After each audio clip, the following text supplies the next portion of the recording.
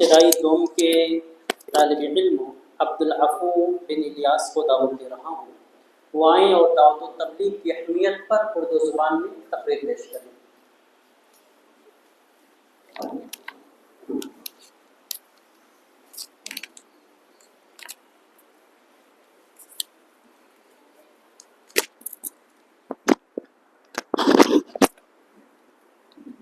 السلام علیکم ورحمۃ اللہ وبرکاتہ۔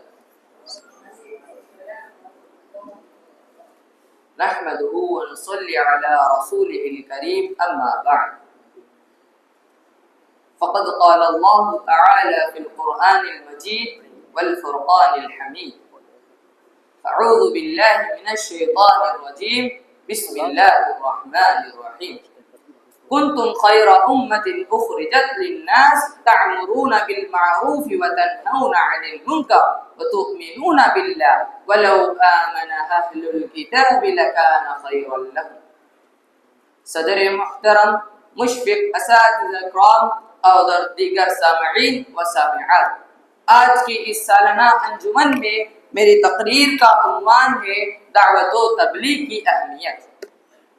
حضرات، دعوت و تبلیغ انبیاء اکرام کا مشن ہے، سرور کونین صلی اللہ علیہ وسلم کا طریقہ ہے، صحابہ اکرام کا راستہ قرآن کا پیغام ہے اور توحید باری تعالیٰ کی شان ہے اور اس امت کی بہت بڑی پہچان ہے۔ کنتم خیر امت اخرجت للناس تعمرون بالمعروف وتنہون عن المنکر وتؤمنون باللہ ولو آمن اہل الکتاب لکان خیر لهم۔ تم بہترین امت ہو جو لوگوں کے لیے ہی پیدا کی گئی ہے کہ تم نیک باتوں کا حکم کرتے ہو اور بری باتوں سے روکتے ہو اور اللہ پر ایمان رکھتے ہو۔ اگر اہل کتاب بھی ایمان لاتے تو ان کے لیے بہتر تھا۔ اللہ کی طرف، اللہ کے دین کی طرف دعوت دینے میں انبیاء اکرام رات دن محنت کرتے تھے۔ قال رب انی دعوت قومی لیلا ونہارا، نوح علیہ السلام نے کہا اے میرے پروردگار، میں نے اپنی قوم کو رات دن تیری طرف بلایا۔ رسولوں کی دعوت یہی تھی، یا قوم اعبدوا اللہ ما لکم من الہ غیرہ، اے میری قوم کے لوگوں تم صرف اللہ کی عبادت کرو، اس کے سوا کوئی تمہارا معبود برحق نہیں ہے۔ نبی کریم صلی اللہ علیہ وسلم نے لوگوں سے کہا قولوا لا الہ الا اللہ تفلحوا۔ حضرات، دعوت و تبلیغ سے دنیا میں ایمان کی بہار آئی۔ دعوت اللہ نے ہی ماضی میں اسلام کے لیے فتوحات کے دروازے کھولے اور دیکھتے دیکھتے اسلام کئی بر اعظموں پر چھا گیا اور دعوت توحید سے کفر کی سلطنت زیر ہوئی۔ ہمارے اسلاف اس کی اہمیت و افادیت کو بخوبی جانتے تھے، اس لیے انہوں نے دعوت توحید کو حرز جاں بنا لیا تھا۔ دریاؤں میں اتر گئے، صحراؤں کی خاک چھانی، تاریخ وادیوں کو عبور کیا، پرخان راہوں میں آبلا ہوئے۔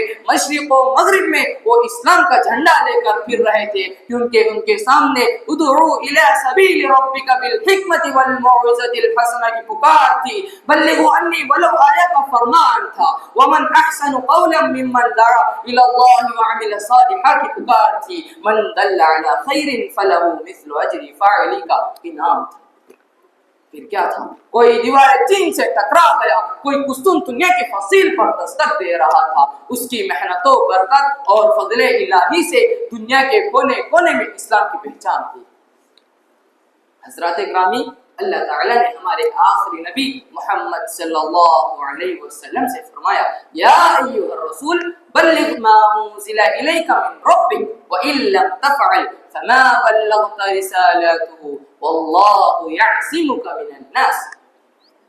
اے رسول، جو کچھ آپ کے رب کے جانب سے آپ پر نازل کیا گیا ہے آپ پہنچا دیجئے، اگر ایسا نہ کریں گے تو آپ نے اللہ کی رسالت کا حق ادا نہیں کیا۔ چنانچہ آپ صلی اللہ علیہ وسلم اپنی پوری زندگی لگا دی، یہاں تک کہ حجۃ الوداع کے موقع پر آپ نے فرمایا جو یہاں پر موجود ہے وہ میرے پیغام کو ان تک پہنچا دے جو یہاں پر موجود نہیں ہے۔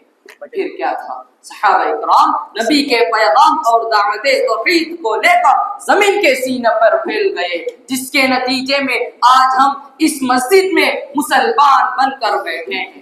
اس پیغام کو لے کر افریقہ، یورپ، ایشیا، دنیا کے گوشے گوشے میں پھیلا دیا۔ ہمیں ان کے لیے خلوص دل سے دعا کرنی چاہیے۔ آج دنیا میں دعوت و تبلیغ کا جھال بچھا ہوا ہے، لیکن کوئی قادیانیت کی طرف دعوت دیتا ہے، کوئی علمانیت کی طرف، کوئی لامذہبیت کی طرف، کوئی باپ دادا کے رسموں کی طرف، کوئی اپنے بنائے ہوئے مذہب و مسلک اور طریقے کی طرف، جس کی وجہ سے انتشار، خلفشار، خرافات و انحرافات، کفر و الحاد جنگل کی آگ کی طرح پھیل رہے ہیں۔ نتیجتاً بے امنی، بے چینی، عقاب و عذاب، امراض و آلام بڑی تیزی سے عام ہو رہے ہیں۔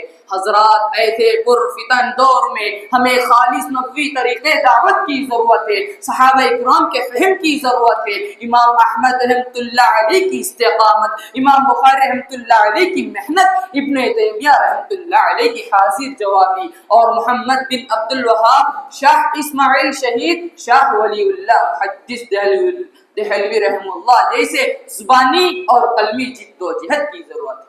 ثناء اللہ امرتسری رحمۃ اللہ علیہ کی حکمت و دانائی، اخلاص و طہارت، علمی براہین کی ضرورت ہے۔ اس طرح سے دین حق کی نشر و اشاعت کے لیے میدان میں اترنے کی ضرورت ہے، تمام جائز ذرائع ابلاغ کو استعمال کر کے توحید کی آواز کو بلند کرنے کی ضرورت ہے۔ یہی ہماری بلندی کا راز ہے۔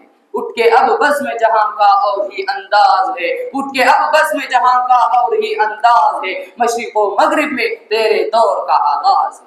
آخر میں اللہ تعالیٰ سے دعا ہے کہ اللہ تعالیٰ ہمیں دعوت و تبلیغ کی ضرورت و اہمیت کو سمجھ کر اس میدان میں اخلاص نیت سے کام کرنے کی توفیق دے، آمین۔ وآخر دعوانا ان الحمد للہ رب العالمین، والسلام علیکم ورحمۃ اللہ وبرکاتہ۔